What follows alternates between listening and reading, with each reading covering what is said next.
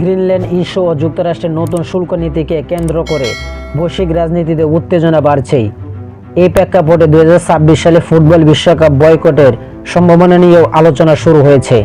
আন্তর্জাতিক গণমাধ্যম জিবি নিউজের খবরে বলা হয়েছে, পরিস্থিতি আরও খারাপ হলে ইংল্যান্ড ও স্কটল্যান্ড বিশ্বকাপ থেকে সরে দাঁড়ানোর কথা বিবেচনা করতে পারে। প্রতিবেদনে উল্লেখ করা হয়, আগামী জুনে যুক্তরাষ্ট্র, কানাডা ও মেক্সিকোতে অনুষ্ঠিত বিশ্বকাপে অংশ না নেওয়ার আহ্বান। ইতিমধ্যে ইংল্যান্ড ও স্কটল্যান্ড বিভিন্ন রাজনৈতিক মহল থেকে উঠে এসেছে এরকম খবর। এমনকি এই বিষয়ে হস্তক্ষেপ করার জন্য ব্রিটিশ প্রধানমন্ত্রী কিয়ার স্টারমায়ারের দিকেও চাপ দেওয়া হচ্ছে। এ তালিকায় জার্মানির নামও আলোচনায় এসেছে।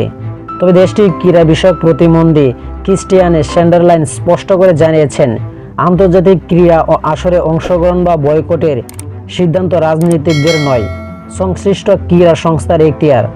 এ বিষয়ে চূড়ান্ত সিদ্ধান্ত নেবে জার্মান ফুটবল ফেডারেশন ও ফিফা।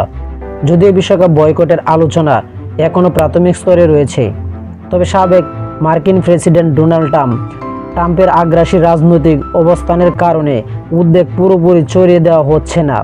সম্ভাব্য বয়কটের তালিকায় আরও যেসব দেশের নাম শোনা যাচ্ছে, সেগুলোর মধ্যে রয়েছেন Denmark, Norway, Sweden, Netherlands, Finland, France, Germany ও যুক্তরাষ্ট্র। তো আশা করি যারা টি স্পোর্ট গ্যালারি চ্যানেলটি সাবস্ক্রাইব করেন না, সবাই টি স্পোর্ট গ্যালারি চ্যানেলটি সাবস্ক্রাইব করবেন।